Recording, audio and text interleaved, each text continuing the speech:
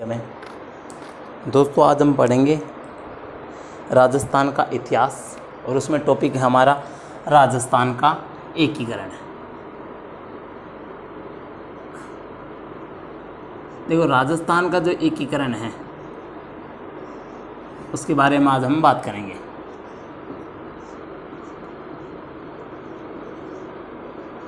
राजस्थान का एकीकरण, देखो ये चीज़ तो हम सभी जानते हैं, ये राजस्थान का एकीकरण 7 चरणों में हुआ था, ठीक है। तो उससे पहले कुछ जो कुछ बातें हैं महत्वपूर्ण वो हम बात कर लेते हैं दोस्तों। तो देखो राजस्थान के एकीकरण से पूर्व राजस्थान में 19 रियासतें दोस्तों 19 रियासतें, 3 ठिकाने और एक केंद्र शासित प्रदेश या फिर चीफ कमिश्नर क्षेत्र बोल सकते हैं हम, वो था।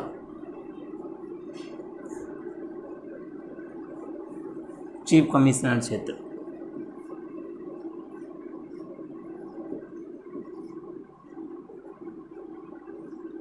चीफ कमिश्नर, ठीक है दोस्तों। अब जो 19 रियासत थी पहले उनका नाम देख लेते हैं हम कौन कौन सी थी।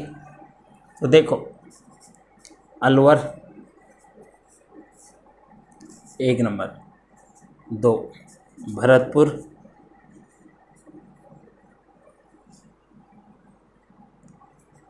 अलवर भरतपुर, नंबर 3 है करौली, नंबर 4 है धौलपुर। दोस्तों हम इसे ABCD से याद कर सकते हैं इन चारों को, ठीक है। अलवर भरतपुर करौली धौलपुर 4। अब बात कर लेते हैं आगे हम नंबर 5 की। 12, 6, नंबर 5 है 12, नंबर 6 है बूंदी, नंबर 7 है झालावाड़, नंबर 8 है डूंगरपुर,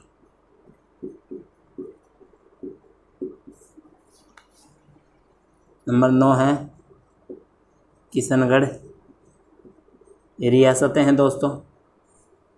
नंबर 10 है कोटा,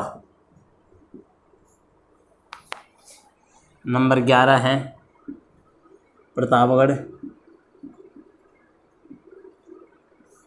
नंबर 12 है शाहपुरा, नंबर 13 है टोंक। देखो दोस्तों 13 हो गई। अब जो ये 5 से लेकर जो 13 तक है इनका भी एक क्रम है याद करने का। वो क्या है? वो ये है, ऊपर लिख देता हूँ मैंने क्रम से भी लिखा है इस वजह से। बाबू, झाड़ू, कीको, प्रसाटो। देखो यदि आपने पहले पढ़ा है तो आपको अच्छे से याद है। यदि आप पहली बार पढ़ रहे हो इस चीज़ को या फिर इस नाम को तो ये आप 2-3 बार याद करो, याद हो जाएगा। बाबू झाड़ू कीको प्रसाटो, बाबू झाड़ू कीको प्रसाटो। बा से 12, बू से बूंदी, जा से झालावाड़, डू से डूंगरपुर, की से किशनगढ़, को से कोटा, पै से प्रतापगढ़, सा से शाहपुरा, टो से टोंक। बाबू झाड़ू कीको प्रसाटो। ये कितनी आ गई? टोटल 9 आ गई। 1 2 3 4 5 6 7 8 9 बाबू झाड़ू कीको प्रसाटो, ठीक है दोस्तों। 13 हो गई। आगे बात कर लेते हैं नंबर 14 से Jaipur, number 15 Jodhpur, number 16 Jaisalmer, number 17 Bikaner. दोस्तों इस प्रकार से मैं क्यों याद करा रहा हूँ? क्योंकि आगे जब एकीकरण आएगा इसी सीरियल में आएंगी, इस वजह से मैं आपको अभी से ये बता रहा हूँ। अब ये 4 इसे हम क्या बोल सकते हैं? देखो जैसे जयपुर, जैसे जोधपुर और जैसे जैसलमेर, ट्रिपल जे अब आप जे का क्यूब लगा लो या ट्रिपल जे लिख दो, बीकानेर ट्रिपल जे बी। ये लो साहब, आप ऐसे कर दो ट्रिपल जे बी, जो आपको अच्छा लगे। Triple J B, Jaipur Jodhpur Jaisalmer Bikaner. 17 हो गई, कुल कितने हैं? 19 रियासतें हैं। 18 को देखते हैं, 18 अपन यहीं लिख लेते हैं दोस्तों इधर, 18 और 19। ये दो कौन सी रियासतें हैं? एक तो है मेवाड़, ठीक है दोस्तों, या फिर हम इसे बोल सकते हैं उदयपुर। मेवाड़ रियासत थी, उदयपुर एरिया कवर करता है। नंबर जो 19 है वो है सिरोही रियासत। दोस्तों ये कुल 19 रियासतें हो गई, ठीक है। आप इन्हें इसी प्रकार से याद करना, ABCD, बाबू झाड़ू कीको प्रसाटो, अलवर भरतपुर करौली धौलपुर, बारा बूंदी किशनगढ़ कोटा प्रतापगढ़ शाहपुरा टोंक, फिर ट्रिपल JB जयपुर जोधपुर जैसलमेर बीकानेर, फिर मेवाड़ और सिरोही। ये 19 रियासतें हैं। अब इसके अलावा हम दोस्तों जो 3 ठिकाने हैं इनकी बात करते हैं। ठिकाने दोस्तों 3 ठिकाने कौन कौन सा है? एक है दोस्तों लावा, ठीक है। नंबर 2 है कुशलगढ़। नंबर 3 है दोस्तों नीमराना। अब आप जानते हो इनको, तो नीमराना अपने अलवर में पड़ता है, अलवर का क्षेत्र है। कुशलगढ़ है जो बांसवाड़ा का क्षेत्र है, ठीक है दोस्तों। और जो लावा है ये टोंक का क्षेत्र है, टोंक देवली लावा। जो एक चीफ कमिश्नर क्षेत्र था इसका दोस्तों नाम था अजमेर मेरवाड़ा, अजमेर मेरवाड़ा, ठीक है दोस्तों। इस प्रकार से 19 रियासतें, 3 ठिकाने, एक केंद्र शासित प्रदेश, ये चीज़ें हैं। आप इसे इस प्रकार से याद कर लेना दोस्तों, स्क्रीनशॉट ले लीजिए, इन्हें लिखिए। दोस्तों याद करने का सबसे आसान तरीका या सबसे बढ़िया जो तरीका है, हम लोग बोलते हैं कि मुझे याद ही नहीं होता या दिमाग कम चलता है या फिर मैं भूल जाता हूँ, तो हमेशा चीज़ों को आप एक नोटबुक या फिर एक रफ पेज लेके उस पर लिखते रहिए। जब आप कंटिन्यू लिखते रहते हैं तो वो चीज़ें आपको याद भी होती हैं और आपको भूलने का चांस भी कम होता है। देखो ये तो 19 रियासतें हो गई दोस्तों और 3 ठिकाने केंद्र शासित प्रदेश। अब जब अपन बात करेंगे इसके एकीकरण की, तो उससे पहले मैं एक चीज़ बताता हूँ आपको। जो भारत ब्रिटिश पार्टी थी, जो ब्रिटिशों का राज था हमारे इंडिया पर, तो जो ब्रिटिश थे तो उस किसकी पार्टी थी? वो लेबर पार्टी थी दोस्तों, लेबर पार्टी, या फिर हम इसे बोलते हैं मजदूर पार्टी। किसकी थी ये? या फिर इसके प्रधानमंत्री कौन थे ब्रिटिश में? तो वो थे क्लीमेंट एटली, क्लीमेंट एटली। और भारत का जो वायसराय था वो कौन था दोस्तों? भारत का वायसराय लॉर्ड माउंटबेटन था, लॉर्ड माउंटबेटन, ये भारत का वायसराय था दोस्तों। अब दोस्तों ये जो जब भारत का विभाजन होता है तो जब माउंटबेटन, लॉर्ड माउंटबेटन ने 4 जून 1947, 4 जून 1947 को जब भारत और पाकिस्तान के विभाजन का जो प्रस्ताव पास किया, तो उस समय जो रियासतें थी इनको एक अधिकार दिया या फिर इनको एक प्रस्ताव दिया गया। वो क्या दिया था लॉर्ड माउंटबेटन ने? कि क्या तो आप भारत के अंदर शामिल हो जाइए जो छोटी छोटी रियासतें थी, या फिर आप पाकिस्तान में शामिल हो जाइए, या तीसरा आप अपना स्वतंत्र रियासत बना सकते हैं। लेकिन स्वतंत्र रियासत के लिए एक उन्होंने शर्त दी थी कि क्या तो आपकी जो जनसंख्या है वो 10 लाख होनी चाहिए, इसके साथ में आपकी जो वार्षिक आय है वो 1 करोड़ होनी चाहिए, 1 करोड़ वार्षिक आय, 10 लाख जनसंख्या प्लस 1 करोड़ वार्षिक आय, जब आप अपना स्वतंत्र रियासत बना सकते हैं। तो तो इस प्रकार की जो जो ये शर्त थी, इसे 1-2, जैसे हमारा जयपुर था, जयपुर वगैरह छोड़ के 1-2 रियासत को छोड़ के कोई भी रियासत इसका पालन नहीं कर पा रही थी, इस नियम को कवर नहीं कर पा रही थी।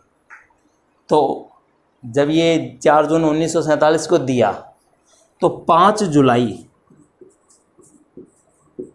दोस्तों, 5 जुलाई 1947, ये याद रखना, एक कमेटी का गठन किया गया। किसके नेतृत्व में किया गया? सरदार वल्लभ भाई पटेल। सरदार वल्लभ भाई पटेल ने, सरदार वल्लभ भाई पटेल के नेतृत्व में समिति का गठन किया गया, जिसके अध्यक्ष सरदार वल्लभ भाई पटेल थे। और इसके सचिव किसे नियुक्त किया गया? वीपी मेनन को। वीपी मेनन, अब ये इसके सचिव थे। और इनका काम क्या था? तो इनका काम था जो छोटी छोटी रियासतें हैं इनका एकीकरण करके एक बड़ा देश भारत का निर्माण करना, इनका काम ये था। तो ये काम सरदार वल्लभ भाई पटेल को सौंपा जाता है। अब हम बात करते हैं राजस्थान का एकीकरण। अब आता है राजस्थान का एकीकरण। दोस्तों ये छोटी चीज़ें हैं, थोड़ा याद रख लेना।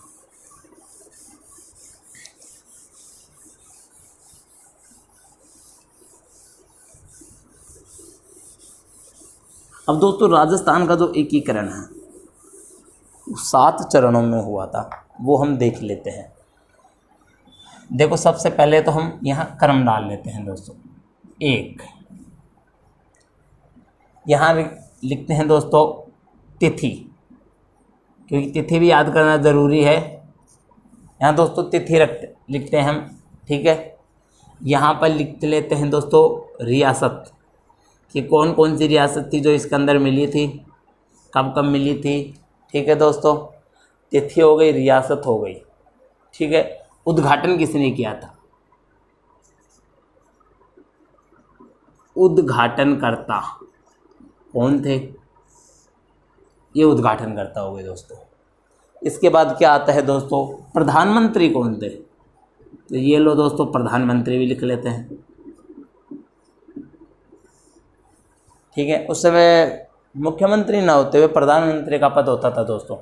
रियासत, उद्घाटनकर्ता, प्रधानमंत्री, ठीक है दोस्तों।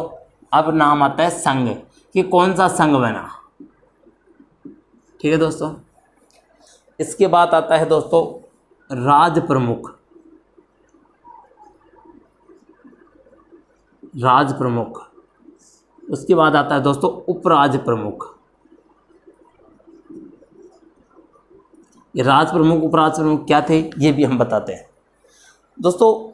3 श्रेणी के राज्य होते थे, A, B और C। हमारा राजस्थान B श्रेणी का राज्य था। A श्रेणी के राज्य वो थे जिन पर पहले ब्रिटिश सरकार का नियंत्रण था।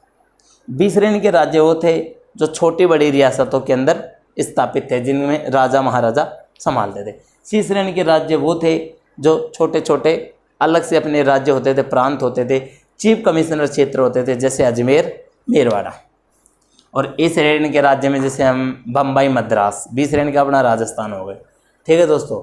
तो जो ए श्रेणी के राज्य थे उनमें होते थे दोस्तों गवर्नर, राज्यपाल। बी श्रेणी में होते थे राज्य प्रमुख, ठीक है। अब हम बात करते हैं नंबर 1। तो दोस्तों नंबर 1 है 18 मार्च। 18 मार्च 1947। रियासत कौन सी दोस्तों? मैं आपको शॉर्ट में नाम बता देता हूँ, मैंने अभी बताया था आपको, इसी वजह से मैंने क्रम बताया था दोस्तों।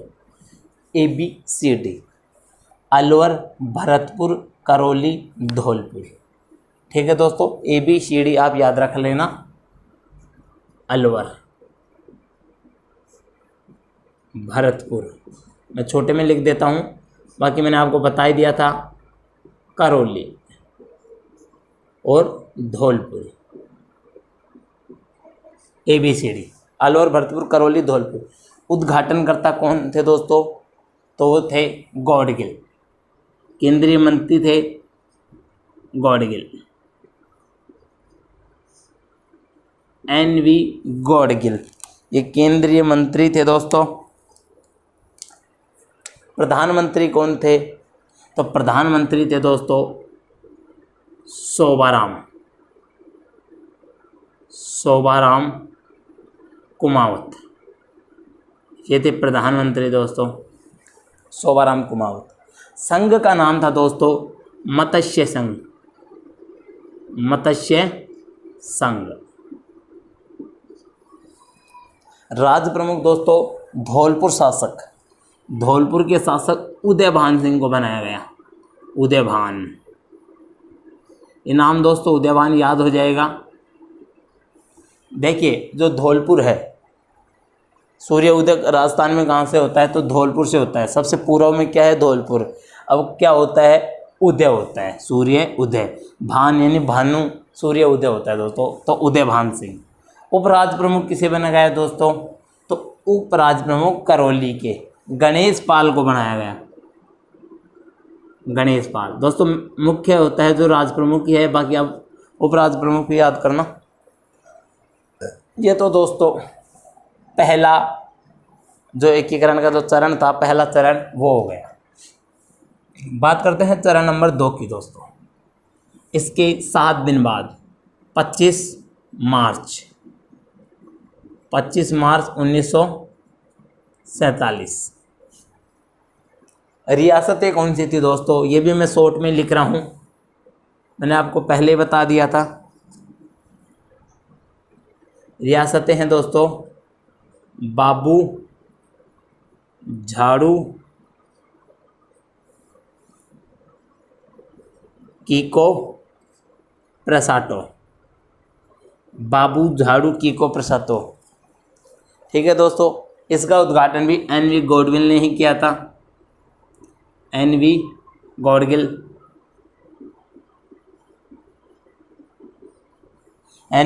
ने इसका उद्घाटन किया था दोस्तों।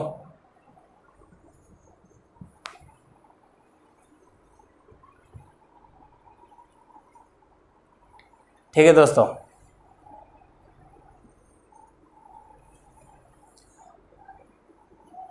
अब इसके जो प्रधानमंत्री थे वो कौन थे? तो वो थे दोस्तों गोकुललाल असावा। गोकुललाल असावा इसके प्रधानमंत्री थे। संघ का नाम क्या पड़ता है दोस्तों? संघ का नाम पड़ता है दोस्तों पूर्वी राजस्थान। पूर्वी राजस्थान। यदि आपको हमारा वीडियो अच्छा लग रहा है तो वीडियो को लाइक कीजिए, शेयर कीजिए और हमारे चैनल को सब्सक्राइब करो। राज प्रमुख कौन था दोस्तों? ये देखते हैं। देखिए, बाबू, झाड़ू, कीको, प्रसाटो। बासे, बारा, बूसे, बूंदी, झालावाड़, डूंगरपुर, किशनगढ़, कोटा, प्रतापगढ़, शाहपुरा और टोंक। ये 9 रियासत थी दोस्तों। ये 9 रियासत है।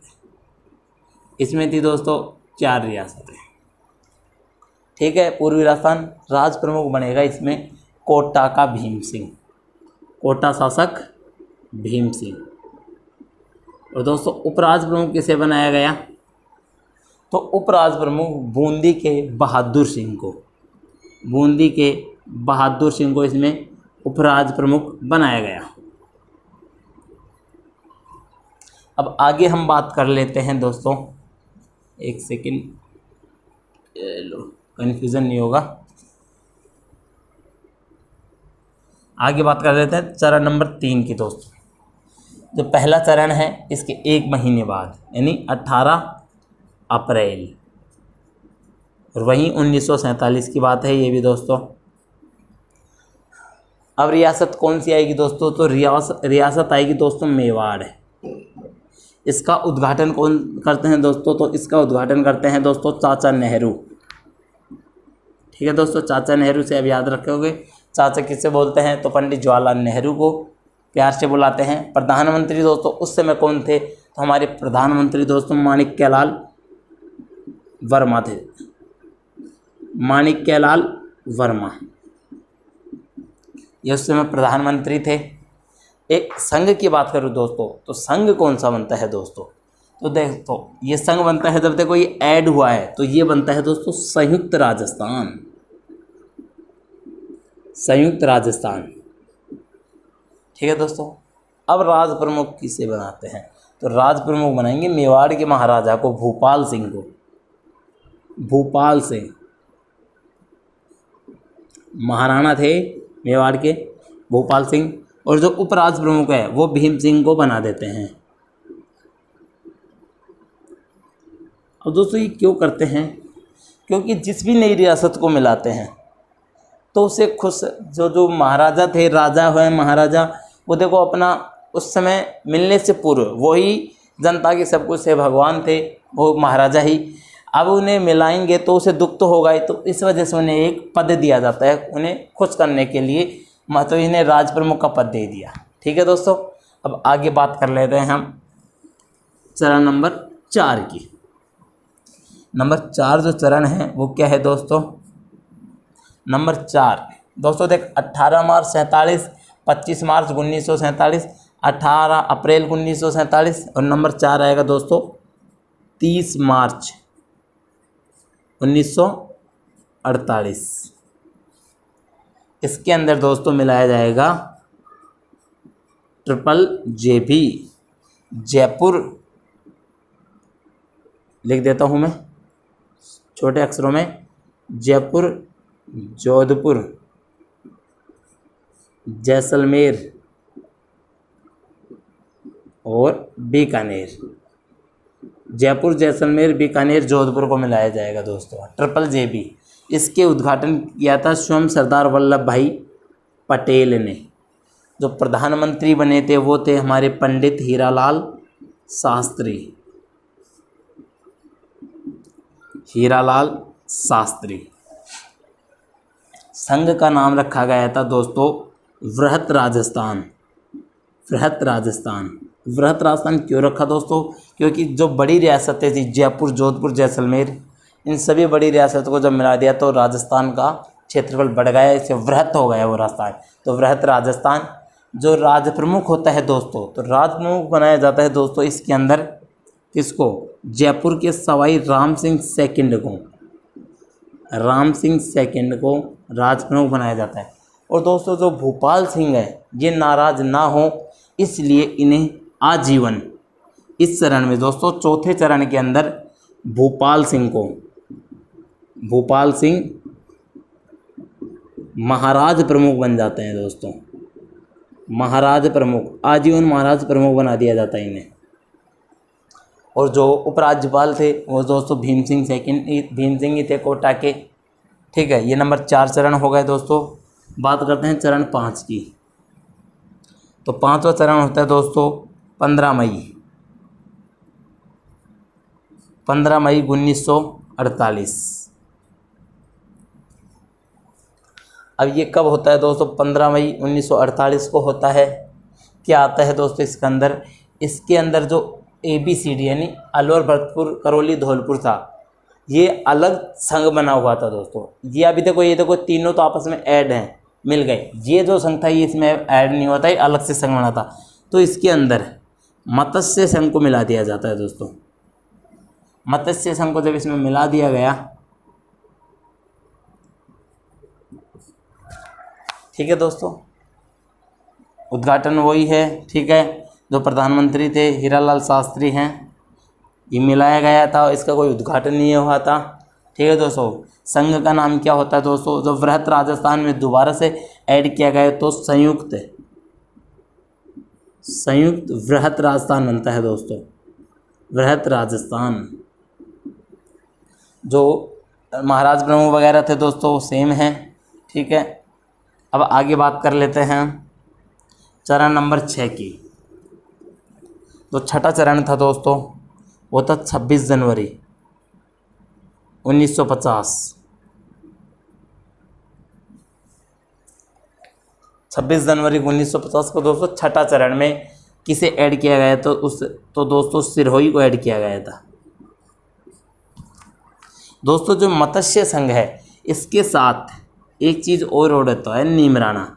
यहाँ पे नीमराना भी ऐड हो जाता है, इसमें वृहत राजस्थान में। और यहाँ पे दोस्तों जो एक हमारे कुशलगढ़ जो लावा था, कुशलगढ़ ठिकाना था, वो भी ऐड होता है दोस्तों दूसरे वाले में। दोस्तों यहाँ सिरोही जब ऐड होता है ठीक है, तो जिसका कोई उद्घाटन नहीं किया गया था। ठीक है, जो प्रधानमंत्री थे शास्त्री जी थे। राजस्थान जो संयुक्त वृहत राजस्थान था। ठीक है, अब इसके अंदर जो संयुक्त वृहत राजस्थान में जब सिरोही मिल गया तो लगभग राजस्थान पूर्ण हो गया, तो नाम रखा गया उसका राजस्थान संघ। ये संघ बन गए दोस्तों। राज प्रमुख वगैरह थे जो सेम थे।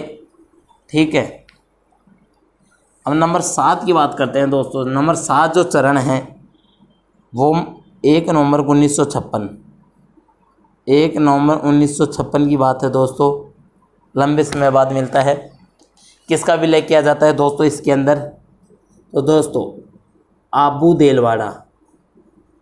देलवाड़ा सिरोही का हिस्सा है, तो हम इसे शेष सिरोही बोल सकते हैं। आबू देलवाड़ा। और मध्य प्रदेश का सुनील टप्पा, ये भी राजस्थान में मिलाया जाता है दोस्तों। और राजस्थान का जो एक क्षेत्र था, अभी नीचे लिखते हैं, उससे पहले अजमेर मेरवाड़ा जो केंद्र शासित प्रदेश था, इसे भी राजस्थान में मिला दिया जाता है।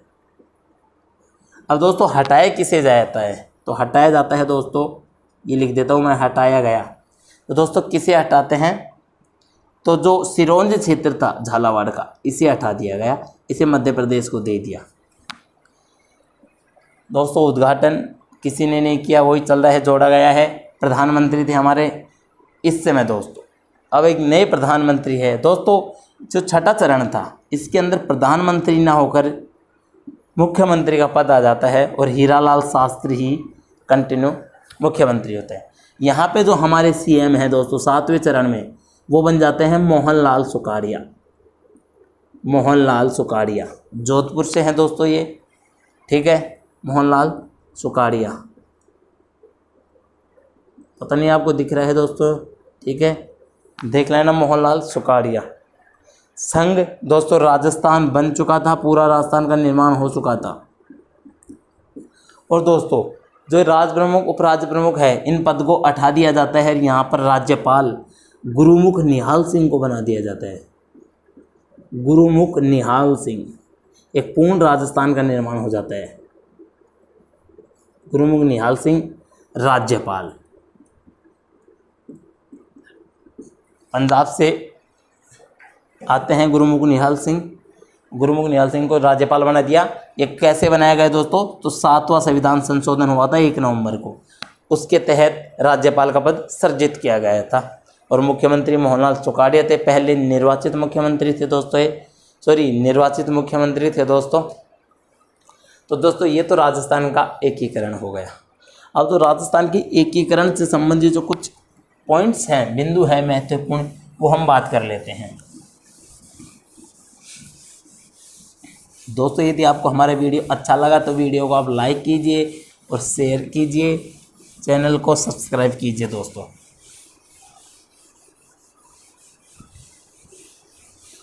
मैं आशा करता हूं कि आपको ये वीडियो समझ में आ रहा है, तो वीडियो को लाइक भी करते रहना।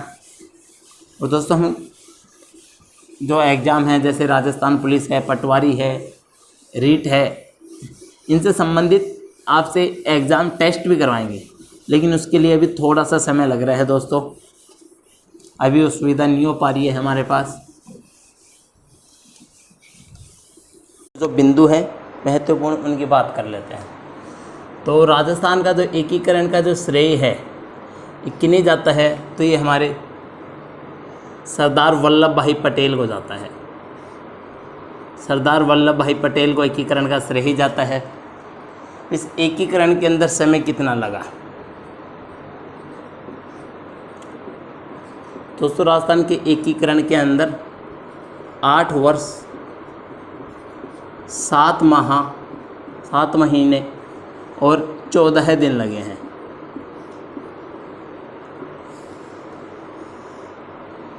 ठीक है दोस्तों, सिंपल है याद करना। हमारी मैथ कमज़ोर है। 8 7 15 नहीं 14 होते हैं। 8 7 14, 8 वर्ष 7 माह 14 दिन।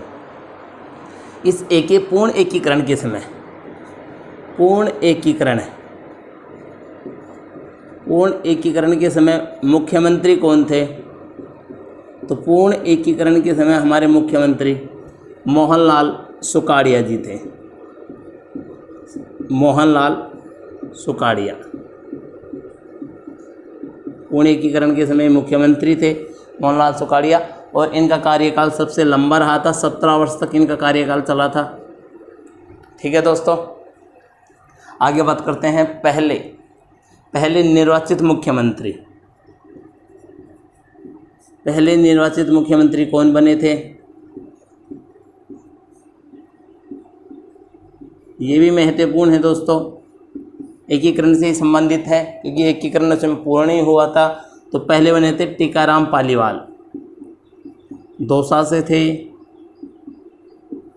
टीकाराम पालीवाल, दौसा निवासी थे। ठीक है दोस्तों, अब आगे बात करते हैं कि जो ये तो निर्वाचित हो गए, निर्वाचित मुख्यमंत्री। अब बात कर लेते हैं मनोनीत। तो 3 मुख्यमंत्री मनोनीत हुए हैं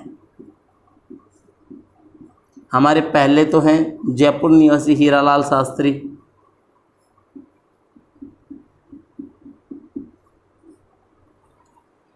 ठीक है दोस्तों। दूसरा है जयनारायण व्यास,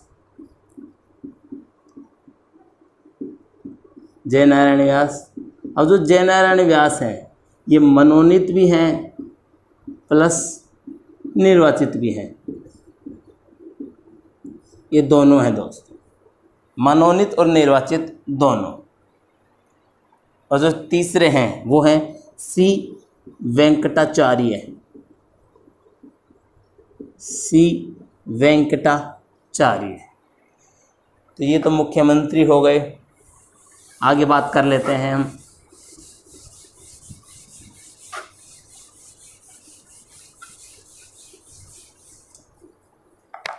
कि पहले जो राज्यपाल थे वो कौन बने। तो पहले राज्यपाल गुरुमुख निहाल सिंह बने, गुरुमुख निहाल सिंह।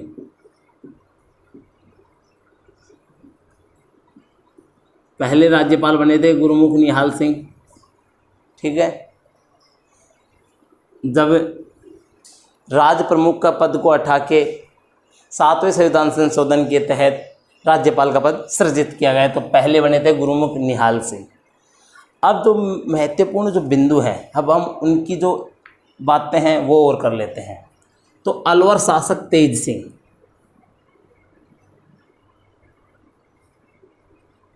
अलवर के शासक थे तेज सिंह। इन्होंने सर्वप्रथम एकीकरण पर हस्ताक्षर किए थे। सर्वप्रथम हस्ताक्षर अलवर शासक तेज सिंह ने किए थे, अलवर के शासक थे। अब इन्हें महात्मा गांधी के हत्या के विरोध में, हत्याकांड के विरोध में बंदी बनाया गया था।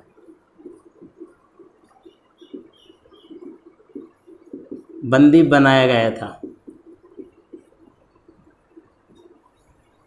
अलवर शासक तेज सिंह पहले व्यक्ति थे या पहले शासक थे जिन्होंने इस एकीकरण पर हस्ताक्षर किए थे। इन्हें गांधी की हत्या के विरोध में बंदी बनाया गया था। अब बात कर लेते हैं अलवर की आ रही है। तो जो मत्स्य संघ है, पहले चरण का नाम मत्स्य संघ के.एम. मुंशी ने दिया था। के.एम. मुंशी, इन्होंने मत्स्य संघ नाम दिया था। सबसे पहला नाम इन्होंने ही दिया था, के.एम. मुंशी ने। इसका विरोध किया था किसने? मानसिंह देशराज ने, मानसिंह देशराज। इसकी बैठक आयोजित की गई थी। कहाँ पे हुई थी बैठक? तो लोहागढ़ भरतपुर के अंदर इसकी बैठक आयोजित की गई। ठीक है, वहाँ पर सहमति बनी और जो मत्स्य संघ है इसका विलय हो गया राजस्थान के अंदर। कब हुआ इसका विलय? तो 5वें चरण के अंदर 15 मई 1949 के अंदर इसका विलय हो गया। जो 5वां चरण था 15 मई 1949 को, उसके अंदर मत्स्य संघ का राजस्थान में विलय हो गया। ये इस विलय का प्रमुख कारण क्या था? तो एक जो यूपी और भरतपुर है, सॉरी धौलपुर और भरतपुर है, धौलपुर प्लस भरतपुर, भरतपुर की जनता मतलब कि भाषा के आधार पर यूपी में मिलना चाहती थी, यूपी में मिलना चाहती थी। तो एक समिति बनाई गई, समिति का नाम था शंकर देवराय समिति, शंकर देवराय समिति। यह समिति बनाई गई। इस समिति के अंदर 3 सदस्य थे, टोटल 1+2, एक अध्यक्ष और 2 सदस्य। इस समिति की सिफारिश पर इन्होंने जनता की राय जानी और उनके आधार पर उन्होंने एक करके 15 मई 1949 को मत्स्य संघ राजस्थान के अंदर विलय किया गया। तो ये समिति है, इसको भी नाम याद करना। पटवारी के एग्जाम में इस समिति के बारे में आया था कि कितने सदस्य हैं। ठीक है, अब आगे बात करते हैं दोस्तों।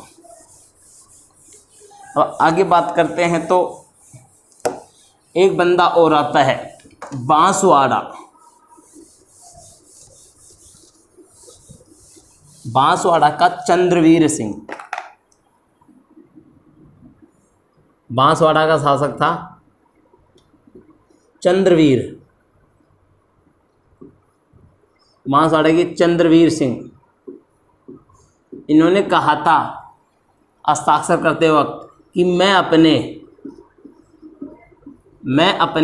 डेथ वारंट पे हस्ताक्षर कर रहा हूँ, कि मैं अपने डेथ वारंट पर हस्ताक्षर कर रहा हूँ।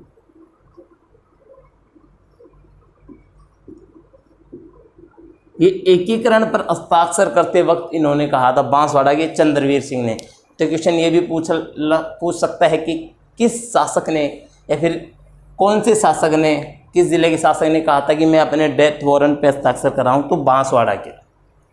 अब आगे बात कर लेते हैं कि जो ये रियासतें थी ये भी अपना अपना अलग ही कुछ करना चाह रहे थे। तो जैसे जोधपुर का शासक था, जोधपुर का हनुमंत सिंह, यह मिलना चाह रहा था मोहम्मद अली जिन्ना के साथ, अर्थात पाकिस्तान के साथ ये मिलना चाह रहा था। तो इसे भी समझा बुझा के राजस्थान के अंदर मिलाया गया। बात कर लेते हैं मेवाड़ के भूपाल सिंह, या फिर उदयपुर बोल सकते हैं अपन, मेवाड़ के भूपाल सिंह, महाराणा भूपाल सिंह। तो महाराणा भूपाल सिंह क्या चाह रहे थे? ये मेवाड़ यूनियन बनाना चाह रहे थे। मेवाड़ यूनियन किसके साथ? मालवा प्लस गुजरात को मिलाकर ये मेवाड़ यूनियन बनाना चाह रहे थे। बात कर लेते हैं कोटा के भीम सिंह की, कोटा के भीम सिंह की। तो कोटा के शासक भीम सिंह ये हाड़ौती संघ बनाना चाहते थे। हाड़ौती संघ किसको मिलाकर? झालावाड़, बारा और बूंदी, झालावाड़, बारा, बूंदी, कोटा को मिलाकर ये हाड़ौती संघ बनाना चाह रहे थे। और भी बात कर ले अपन, जैसे जोधपुर का हो गया, मेवाड़ की हो ही गई, कोटा का भीम सिंह हो गया। इसके अलावा जो 4 रियासतें ऐसी थी जो स्वतंत्र होने की शर्तों को पूरा करती थी, कौन सी थी वो? जयपुर, जोधपुर, बीकानेर, चौथी थी मेवाड़ या फिर उदयपुर। ये 4 रियासतें थीं जो 10 लाख की जनसंख्या प्लस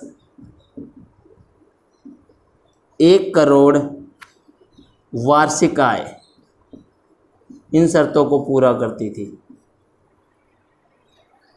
लेकिन बाद में ये सब सरदार पटेल और जो वीपी मेनन थे, सचिव थे, इनके प्रयासों से राजस्थान के अंदर इनका विलय हुआ। अब बात कर लें सिरोही की। तो सिरोही का राजस्थान के अंदर 2 चरणों में, राजस्थान में 2 चरणों में विलय हुआ, छठा चरण और 7वां चरण। 2 चरणों के अंदर विलय हुआ और इस विलय का श्रेय किसे दिया जाता है? तो इसका श्रेय ही गोकुल भाई भट्ट को दिया जाता है। गोकुल भाई भट्ट को इसका श्रेय दिया जाता है, सिरहोई के चरण, सिरहोई का।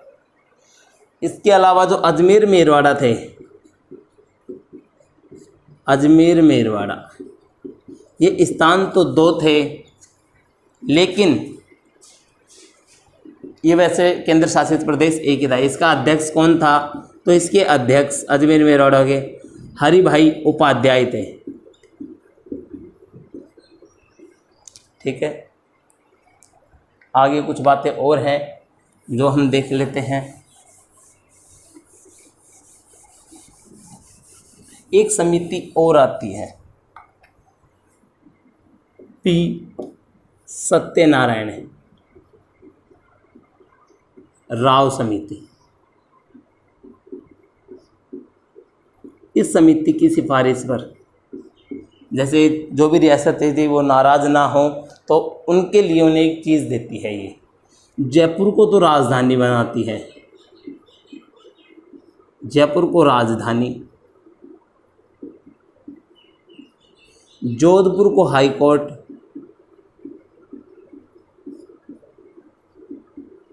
जयपुर को राजधानी, जोधपुर को हाई कोर्ट,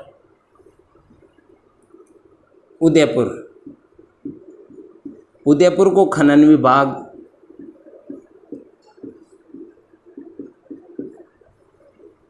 कोटा को वन विभाग, भरतपुर को कृषि विभाग,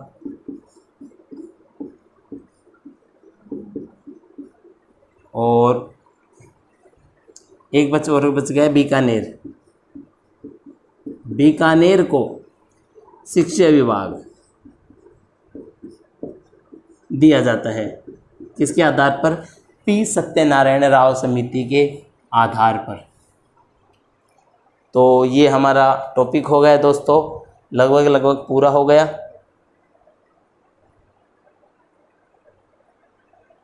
ठीक है, और मुझे नहीं लगता इसके अंदर दोस्तों राजस्थान के एकीकरण में कुछ बचा है। अगर कुछ होगा तो हम देख लेंगे बाद में उसे भी। यदि आपको वीडियो अच्छा लगा है दोस्तों तो वीडियो को लाइक कीजिए, शेयर कीजिए और हमारे चैनल को सब्सक्राइब कीजिए।